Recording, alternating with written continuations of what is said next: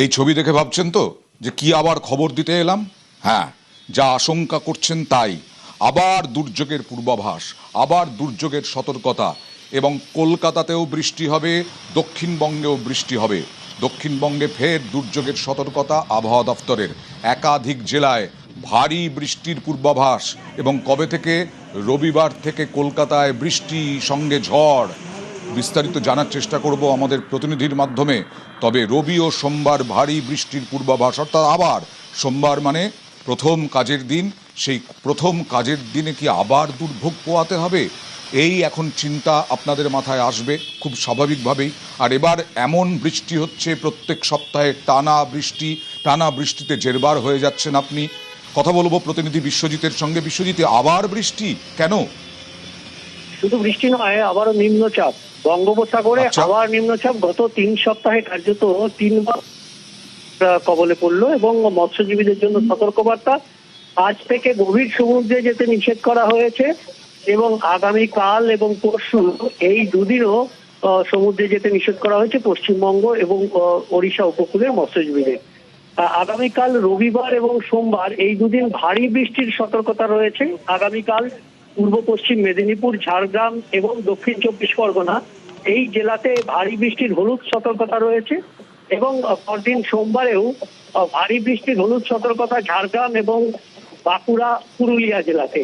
তবে কলকাতা সহ দক্ষিণবঙ্গের বেশিরভাগ জেলাতেই বজ্রবিদ্যুৎ সহ হালকা মাঝারি বৃষ্টি, এবং কোথাও কোথাও 2-1 পশলা ভারী বৃষ্টিও হতে পারে। একটু ছোট করে জিজ্ঞেস করবো যে রবিবারের কথা বললে সোমবার কি হবে, প্রথম কাজের দিন?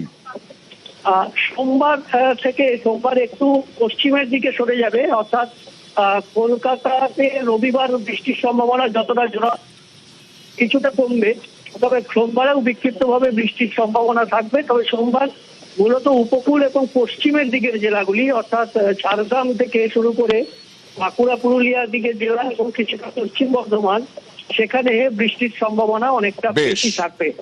ওকে। বর্তমানে একটা ঘূর্ণাবর্ত অবস্থান করছে উত্তর বঙ্গোপসাগরের কাছে, যেটা আগামী 24 ঘন্টা একটা নিম্নচাপে পরিণত হওয়ার সম্ভাবনা রয়েছে। এর প্রভাবে দক্ষিণবঙ্গের জেলাগুলিতে বৃষ্টিপাত কিছুটা বাড়ার সম্ভাবনা থাকবে। 23 তারিখে কিছুটা বৃষ্টিপাতের পরিমাণ বাড়ার সম্ভাবনা রয়েছে উপকূলের কাছাকাছি কয়েকটা জেলা।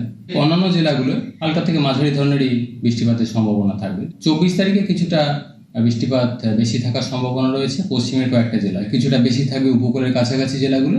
25 তারিখ থেকে পরবর্তী কয়েকদিন আবার বৃষ্টিপাতের পরিমাণ কমের দিকেই থাকবে। মৎস্যজীবীদের জন্য আগামী 3 দিন সমুদ্রে যেতে নিষেধ করা হয়েছে। উত্তরবঙ্গের ক্ষেত্রে কিছুটা বৃষ্টিপাত বাড়ার সম্ভাবনা রয়েছে 24 থেকে 26 তারিখের মধ্যে। কলকাতা পার্শ্ববর্তী অঞ্চলের জন্য কিছুটা বৃষ্টিপাত বাড়ার সম্ভাবনা রয়েছে কলকাতার ক্ষেত্রেও 23 তারিখে। প্রধানত মেঘলা আকাশ থাকবে এবং 2-1 পশলা হালকা থেকে মাঝারি ধরনের বৃষ্টিপাতের সম্ভাবনা থাকবে। 20 অগস্ট যাদবপুর বিশ্ববিদ্যালয়ে তখন ধুমধুমার, কিন্তু এই গেট দিয়ে এত মব ঢুকলো কি করে? কার নির্দেশে দরজা খোলা হলো? এই 4 নম্বর গেট তো বন্ধ থাকে রাত্রিবেলা। কার নির্দেশে খোলা হলো এই প্রশ্ন উঠছে। বুধবার মাঝরাত অশান্ত যাদবপুর ক্যাম্পাস। কারা দাপাদাপি করতে এলো? এই যে দেখছেন একটা দল, সেই দল কারা? ভেতর থেকে গেট খোলার অভিযোগ। কার নির্দেশে কে খুললো? যদি না খোলা হতো তাহলে তো যাদবপুর বিশ্ববিদ্যালয়ের ভেতরে এরকম দাপাদাপি, এরকম রণক্ষেত্রের ছবি দেখা যেত না।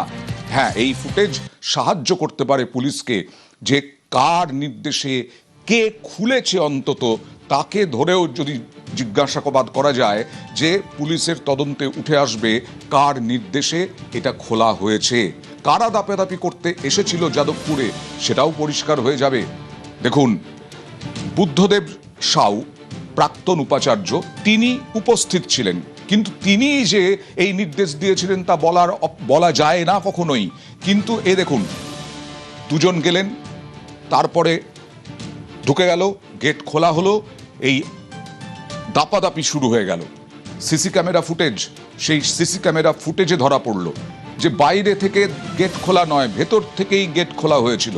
বুদ্ধদেব সাউ উপস্থিত ছিলেন, কিন্তু তিনি যে খুলেছেন এ কথা বলা যাবে না, কারণ এখানে দেখা গেলেও তিনি যে নির্দেশ দিচ্ছেন তা কোনো অডিও নেই। দেখুন, এরপরেই শুরু হলো একেবারে রণক্ষেত্র অবস্থা। বিভিন্ন পোস্টার, ব্যানার ছেঁড়া, লাঠি দিয়ে মার বিভিন্ন জায়গায়, এই সমস্ত কিছু হলো, সংঘর্ষ হলো, ছাত্র সংঘর্ষের রণক্ষেত্র হলো যাদবপুর বিশ্ববিদ্যালয়, কিন্তু এই গেটটা খুলল কে? এই গেটটা খোলা হলো কার নির্দেশে? এটাই তো সব থেকে বড় প্রশ্ন।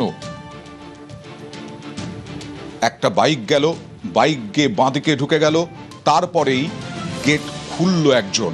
গেট খোলার পরেই এরকম সমুদ্রের ঢেউয়ের মতো ঢুকে পড়লো, স্রোত আছড়ে পড়লো, একেবারে প্রচুর মানুষ ঢুকে পড়লো। সরাসরি চলে যাব প্রতিনিধি প্রীতির কাছে। প্রীতি, এখনো পর্যন্ত জানা গেল কার নির্দেশে কে খুললেন ওই গেট?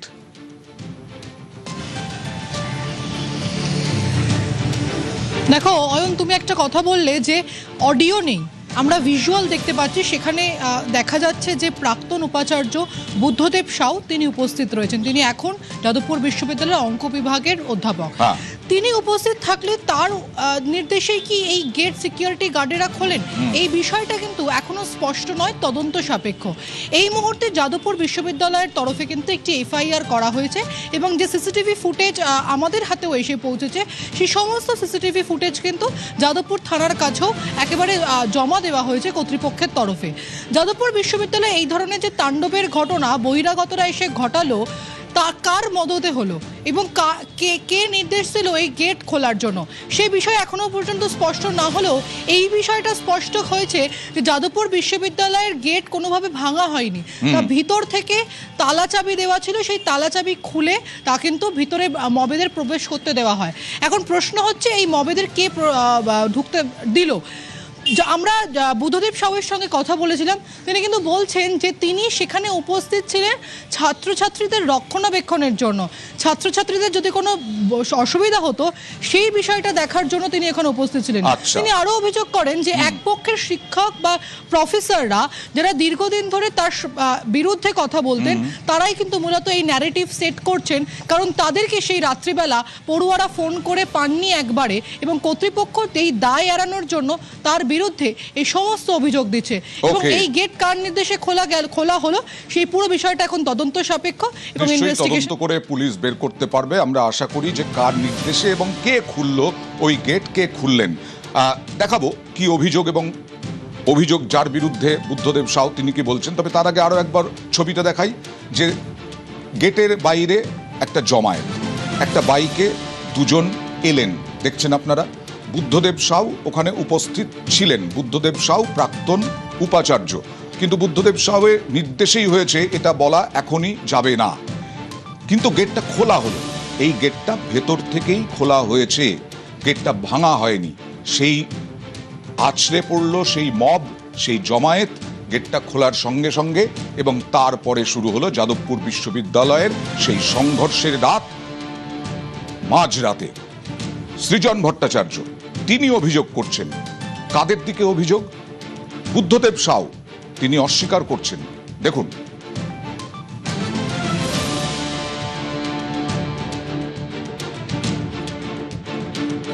তিনি ওই দিন ওই গুন্ডারা যারা বাইরে থেকে ঢুকে ভাঙচুর করলো, পতাকা পোড়ালো, আগুন লাগালো, ছাত্রছাত্রীদের ঢিল ছুড়লো, তাদের প্রত্যেককে, সেই গুন্ডাদেরকে তিনি তাদের ঢোকার রাস্তা সুগম করে দিচ্ছেন। এবং গার্ডদের মধ্যে থেকে নাকি কেউ কেউ সেই গেটের তালা খুলে দিয়েছে। তাহলে পুরোটাকেই তদন্তের আওতায় আনা উচিত, যে তাহলে কি প্রশাসন, যাদবপুর অথরিটি, স্থানীয় থানা, এদের সবার জ্ঞাতসারে গোটাটা হয়েছিল। অভিযোগ করতে শুরু করেছে যে আপনার কথা বলার পরই এবং আপনার উপস্থিতি থাকার পরই সিকিউরিটি গার্ডরা ওই গেট ভিতর থেকে খুলে দেন। একদল শিক্ষক মনে করে যে যখন ছাত্ররা মার খায় তাহলে সামলাতে না যাওয়াটাই উচিত। তার মানে আসলে ওই শিক্ষক বা যারা সুধীজন বলে এটা ভাবছেন যে আমাকে সিসিটিভিতে দেখা মানেই আমি হচ্ছে গিয়ে কি সেই মানে ভ্যান্ডালিজমের একটা পার্ট। সত্যি তাদের চরিত্র নিয়ে আমার প্রশ্ন আছে।